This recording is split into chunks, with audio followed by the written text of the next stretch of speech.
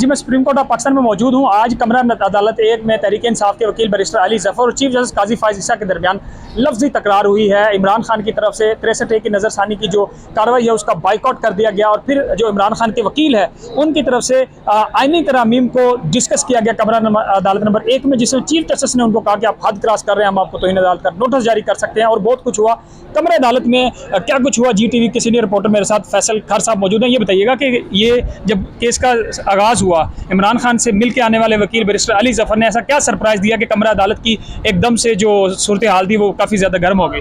अच्छा देखें, 63A की समाअत को 5 रुकनी बेंच सुन रहा है चीफ जस्टिस काजी फायज ईसा साहब के साथ। और गुज़िश्ता रोज़ जो अली जफ़र हैं इमरान खान साहब के वकील, उनको अदालत ने ये इजाज़त दी थी कि वो जाके अडयाला जेल के अंदर इमरान खान से मिलें इस केस के हवाले से।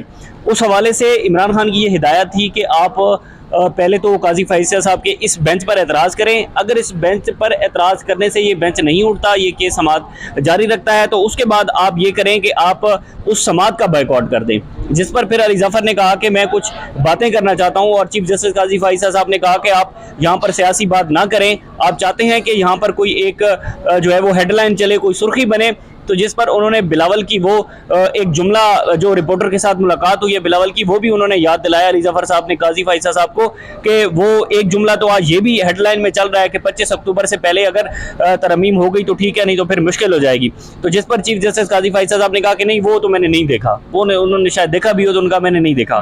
तो इस पर जो है वो फिर PTI बाइकआउट कर चुकी है। PTI उसमें शामिल नहीं है इस केस के अंदर, लेकिन उसमें जो अली जफ़र है उनको अदालती मावन मुकर्रर किया गया है और अली जफ़र अब काजी फायज ईसा साहब को इस हवाले से चीफ जस्टिस काजी फायज ईसा को क्यों कहना पड़ा कि आप हद क्रॉस करें और हम आपको तौहीन अदालत का नोटिस जारी कर देंगे? देखिए, अली जफ़र वो हैं जो कि ज़्यादातर समझे जाते हैं काजी फायज ईसा साहब के हामी। जो गुज़िश्ता रोज़ मुस्तफ़ैन काज़मी हैं, उन्होंने जो अदालत के अंदर जो तल्ख़ कलामी हुई मुस्तफ़ैन काज़मी की, तो अली जफ़र ने उसको डिनाई किया और अली जफ़र ने कहा कि मैं मुस्तफ़ैन काज़मी को नहीं जानता। उन्होंने एक टॉक शो में कहा कि मैं नहीं जानता उनको, यानी कि वो अपने वकील को उन्होंने डिनाई करके काजी फायज ईसा साहब के साथ होने वाली ज़्यादती का उन्होंने कहा कि ये ज़्यादती हुई अदालत के अंदर, ये नहीं होना चाहिए था। लेकिन इसके बावजूद हम देखते हैं कि जो चीफ जस्टिस हैं उनका रवैया इन वकला के साथ बड़ा तल्ख़ होता है। PTI का जो भी केस होता है उसके साथ जो काजी फायज ईसा साहब का रवैया है वो बड़ा तल्ख़ होता है। और उन्होंने कहा कि मैं आपको तौहीन अदालत का नोटिस जारी करूंगा अगर आप ऐसी बातें करेंगे, तो ये हमारे लिए बड़ा हैरान। अच्छा, ये क्या हुआ कि अली जफ़र साहब जब बात कर रहे थे इमरान खान का नाम लेने से चीफ जस्टिस ने उनको टोक दिया? देखिए, वो इससे पहले भी हम देख चुके हैं कि जब नैब तरमीम केस था और नैब तरमीम केस के अंदर मुख्तलिफ वकला जब अदालत के अंदर पेश होते थे तो वो फिर ज़ाहिर है इमरान खान का नाम लेते थे। काजी फायज ईसा साहब उनको बार बार रोकते थे कि आप यहाँ पर उनका नाम न लें।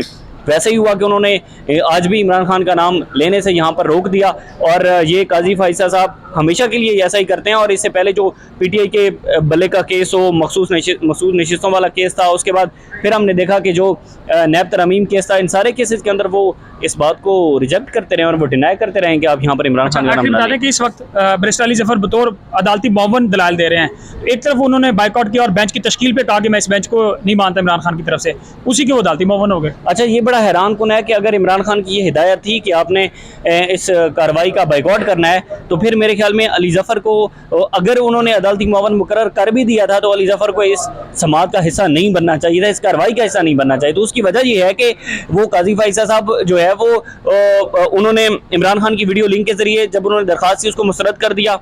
बेंच बनने की जो एक कार्रवाई थी कि बेंच किस तरह से बनाया गया, उसकी सदा भी PTI की मुस्तरद कर दी गई। उसके बाद ये कहा गया कि इस बेंच ये मजीद कार्रवाई नहीं कर सकता, इस समाअत को रोक दिया जाए। वो भी इस्तदा 3 इस्तदा मुस्तरद करके दोबारा समाअत जारी है, लेकिन उसके बावजूद भी अली जफ़र अदालती मावन मुकर्रर होकर यहाँ पर जो है वो असिस्ट कर रहे हैं अदालत को। ये हमारे लिए बड़ा हैरान दे रहे हैं अली जफ़र साहब अदालती मावन के तौर पे। लेकिन अब तक की जो कार्रवाई है सुप्रीम कोर्ट में 63A नज़रसानी की जो 5 रुकनी बेंच दरख्वास्त सुन रहा है उसकी हमने आपको बता दी है। केस का फैसला क्या होगा ये अभी देखना बाकी है।